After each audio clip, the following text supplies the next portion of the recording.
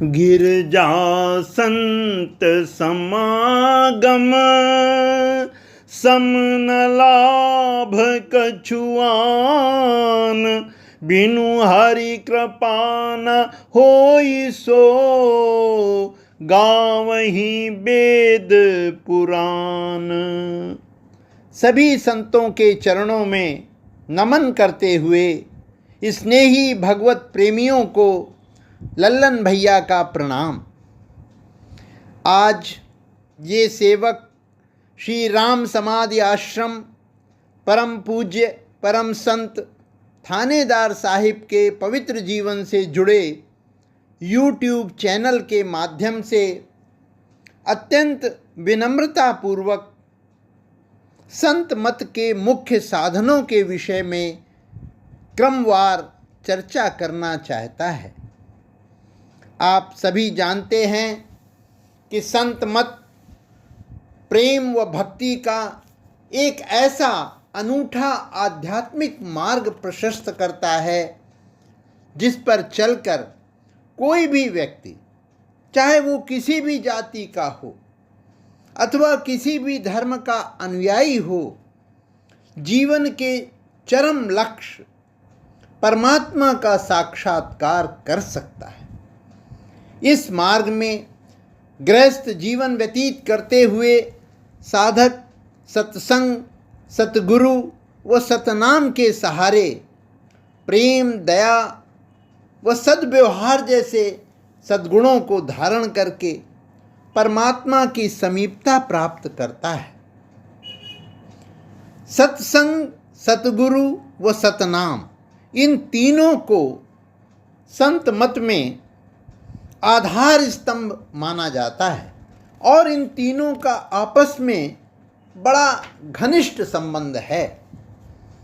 सत्संग के बिना सद्गुरु नहीं मिलते और सद्गुरु के बिना सतनाम की प्राप्ति नहीं होती।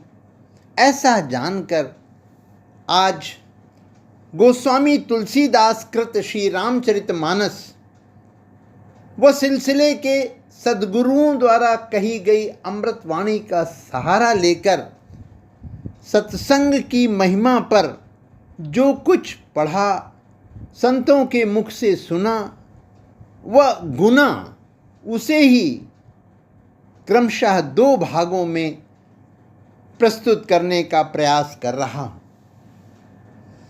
प्रबुद्ध भगवत प्रेमी श्रोताओं से मेरा विनम्र निवेदन है कि संतों की पवित्र वाणी को गुरुमय होकर सुने, निश्चित ही आनंद की अनुभूति होगी। सत्संग का अर्थ है संत का साहचर्य या संत का साथ। सभी धर्म ग्रंथों में लिखा है कि संत का एक क्षण का साथ भी सैकड़ों वर्षों की कठोर तपस्या तथा निष्कपट भक्ति से कहीं अधिक श्रेष्ठ है। इसी बात को रामायण के सुंदर कांड में लंकिनी नामक राक्षसी हनुमान जी को देखकर अपने पुण्यों को सराहती हुई कहती है, तात स्वर्ग अपवर्ग सुख, धरिय तुला एक अंग। तूल न ताहि सकल मिली, जो सुख लव सतसंग। अर्थात स्वर्ग और मोक्ष के सब सुखों को तराजू के एक पलड़े पर रखा जाए तो भी वे सब मिलकर दूसरे पलड़े पर रखे हुए उस सुख के बराबर नहीं हो सकते जो क्षण मात्र के सत्संग में होता है। सत्संग वास्तव में 2 शब्दों से मिलकर बना है। सत अर्थात सत्य, जो सर्वशक्तिमान परमात्मा है, तथा संग अर्थात साथ या साहचर्य। सत्संग अर्थात ईश्वर का साथ। ये संगति यानी ईश्वर का साथ केवल चित्त की एकाग्रता एवं प्रभु के प्रति समर्पण भाव के द्वारा ही प्राप्त किया जा सकता है। ये एक ऐसी मानसिक स्थिति है जिसे सतगुरु के सत्संग के बिना कोई भी प्राप्त नहीं कर सकता।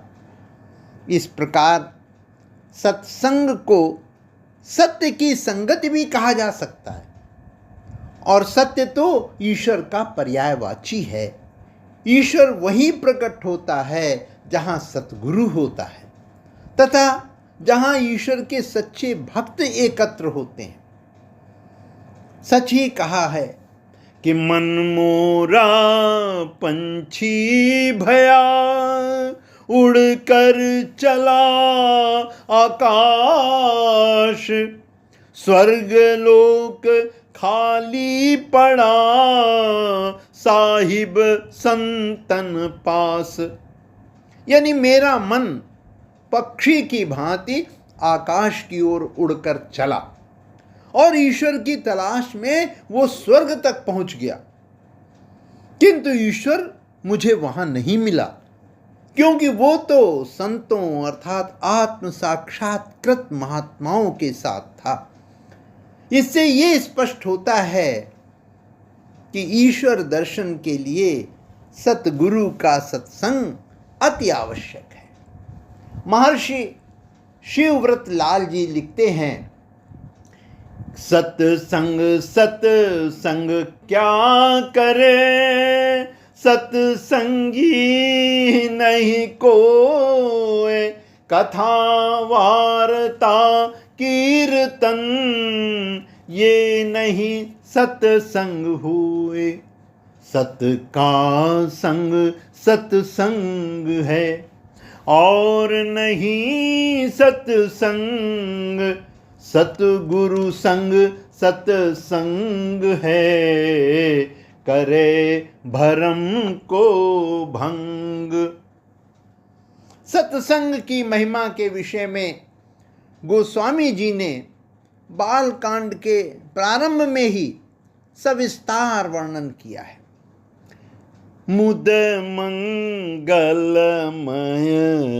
संत समाजू, जो जग जंगम तीरथ राजू, राम भक्ति जहाँ सुर सरिधारा, सरसई ब्रह्म विचार प्रचारा। संतों का समाज आनंद और कल्याणमय है। तुलसीदास जी ने इसकी तुलना जगत में चलते फिरते तीर्थराज यानी प्रयाग से की है। आप जानते हैं कि प्रयागराज में 3 पवित्र नदियों का संगम है, गंगा, यमुना और सरस्वती। गंगा जी की धारा और कुछ नहीं, राम भक्ति है। सरस्वती जी को ब्रह्म विचार का प्रचार कहा है गोस्वामी जी ने, और सूर्य तनया यमुना जी को विधि निषेध में कलिमल हरनी, ये कहकर संत समाज के महत्व को दर्शाया है। विधि और निषेध अर्थात ये करो और ये न करो। कर्मों की सारी कहानियां इतने में ही निहित हैं। संतों का समाज यमुना जी की धारा के समान पापों को हरने वाली है। विधि निषेधमय कलिमल हरनी, कर्म कथा रवि नंदनी बरनी, हरिहर कथा विराजत बेनी, सुनत सकल मुद मंगल देनी।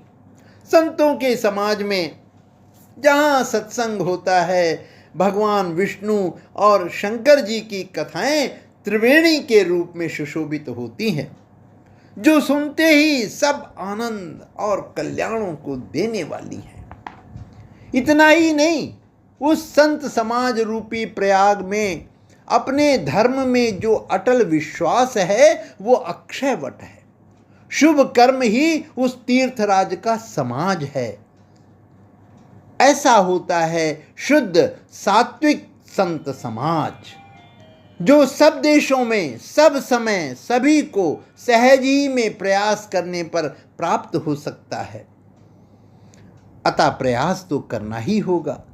जिज्ञासु जब पूरी श्रद्धा व विश्वास के साथ ऐसे संत समाज के सत्संग का आदर पूर्वक सेवन करता है तो उसके सारे क्लेश नष्ट होने लगते हैं। परम संत समर्थ सद्गुरु महात्मा रामचंद्र जी महाराज, श्री पूज्य लाला जी महाराज ने स्पष्ट शब्दों में चेतावनी देते हुए कहा था कि साधु समाज में प्रवेश करते वक्त 4 बातों पर ध्यान देना और अमल में लाना निहायत जरूरी है। पहला श्रद्धा यानी एतिकाद, व दूसरा विश्वास, यकीन और भरोसा। बिना इसके कोई फायदा नहीं होता। श्रद्धा और विश्वास सत्संग में बैठकर श्रवण व मनन करके पैदा किया जा सकता है। जब सोहबत में आकर बातों को सुनेगा और फिर गौर व फिक्र करेगा तो नतीजा पर खामखां पहुंच सकेगा। आपने वार्निंग देते हुए कहा था, जब तक दिल गवाही न दे उस वक्त तक अभ्यास के मैदान में नहीं आना चाहिए, और जब आ गया तो फिर साधक को दोनों सिद्धांत काम में लाने पड़ेंगे, अन्यथा फायदे की उम्मीद रखना बेकार है। परम पूज्य लाला जी साहिब की स्पष्टवादिता की ये अनूठी मिसाल है जो उन्होंने सत्संग के विषय में कही थी। संतों का ये तीर्थराज अलौकिक है, अकथनीय है, तत्काल फल देने वाला है, उसका प्रभाव प्रत्यक्ष है। अपने अपने जीवन का हम निरूपण करें तो निश्चित रूप से निष्कर्ष पर पहुंच सकेंगे। देखिए तुलसीदास जी क्या कह रहे हैं। सुनी समुझहि जन मुदित मन, मज्जहि अति अनुराग। लाहि चारि फल अछत तनु, साधु समाज प्रयाग।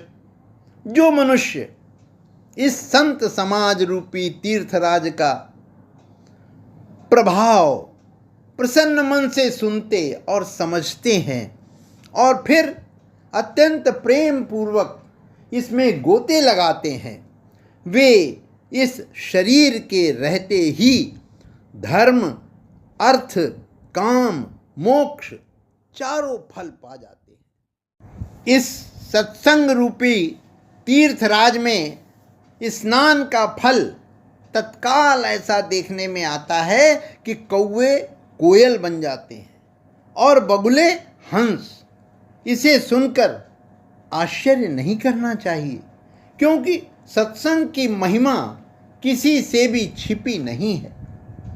सत्संग के प्रभाव से ही वाल्मीकि, नारद, अगस्त्य जी क्या से क्या हो गए। सबने अपने मुखों से अपने जीवन का वृत्तांत कहा है। निश्चित मानिए कि संसार में जिसने जिस समय जहाँ कहीं भी जिस किसी यत्न से बुद्धि, कीर्ति, सद्गति, विभूति, ऐश्वर्य और भलाई पाई है, सो सब सत्संग का ही प्रभाव समझना चाहिए। तुलसीदास जी ने लिखा है कि मति की रति गति भूति भलाई, जब जेहि जतन जहाँ जे पाई। सो जानब सत्संग प्रभाव, लोकहु वेदना आन उपाऊ। एक बात और अत्यंत महत्वपूर्ण है। ज्ञान बहुत हो गया, बड़ी बड़ी डिग्रियां धारण कर ली, और कलयुग में तो अब ज्ञानियों की बाढ़ सी आ गई है, परंतु सत्संग के अभाव के कारण विवेक जागृत नहीं हो सका। विधि निषेध का ज्ञान नहीं हो सका, यानी क्या करना है, क्या नहीं करना है, क्या उचित है, क्या अनुचित है, इसका बोध सत्संग में आने पर ही हो पाता है।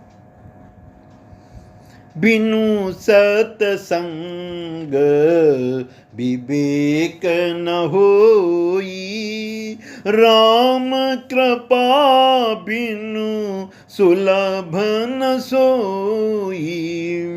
सतसंगत मुद मंगल मूला, सोई फल सिद्धि सब साधन फूला। यदि ईश्वर से कनेक्शन जोड़ना है तो उसकी याद के लिए हमें सत्संग से जुड़ना होगा, क्योंकि सत्संग ही आनंद और कल्याण की जड़ है। राम जी की कृपा व पूर्व जन्म के संस्कारों से ही सत्संग की प्राप्ति होती है, और यदि सत्संग मिल गया समझो फल की प्राप्ति हो गई। इसे प्राप्त करने के लिए जो साधन करने पड़ते हैं वे सब फूल के समान हैं। परम संत परम पूज्य विशंबर भाई साहब जी कहा करते थे कि आप चलकर यहाँ सत्संग में आए, कोई ट्रेन से, कोई बस से, कोई कार से, कोई हवाई जहाज से और कोई पैदल, ये सब साधन फूल के समान हैं।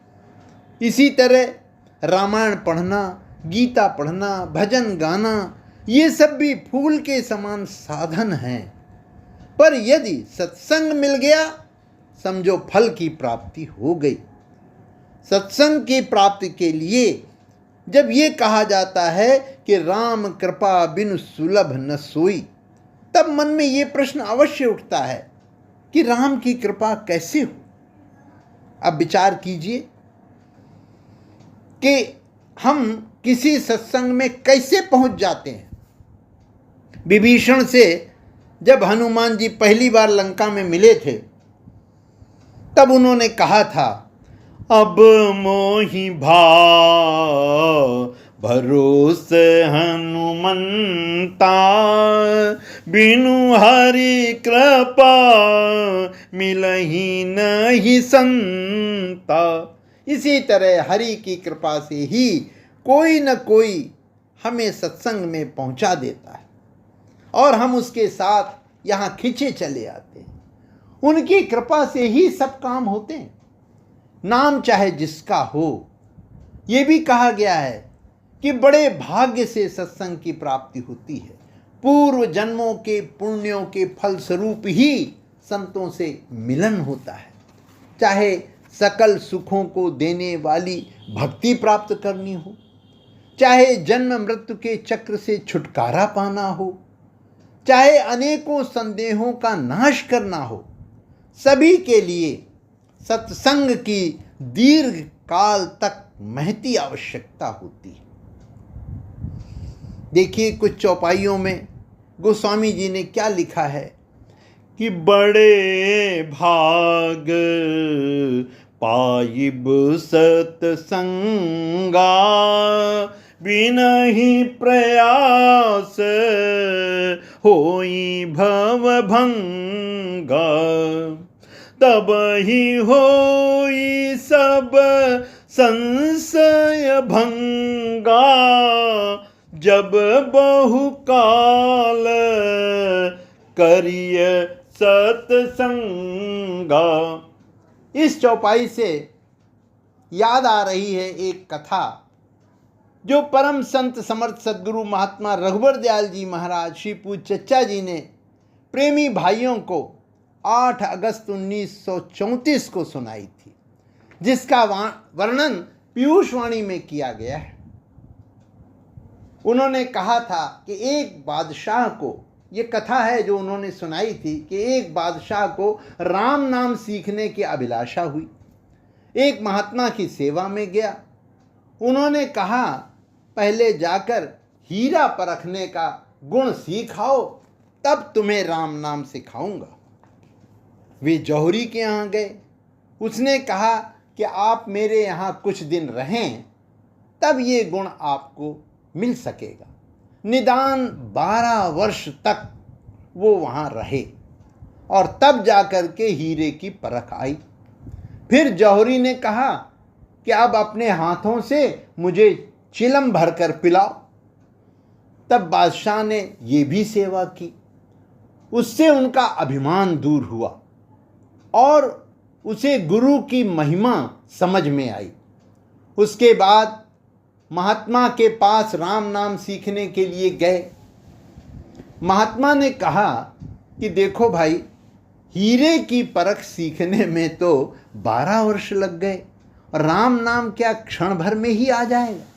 कुछ समय यहाँ निवास करो, धीरे धीरे अंतर का मल दूर होगा, तब राम नाम आप ही आप चमक उठेगा। और इसीलिए कहा है, तब ही होई सब संशय भंगा, जब बहुकाल करिय सत्संग। सत्संग की महिमा पर आज वार्ता के प्रथम भाग में बस इतना ही। आगे द्वितीय भाग में इस विषय पर और बहुत कुछ जो हमारे संतों ने कहा उसे प्रस्तुत करने का प्रयास करूँगा। जय श्री राम।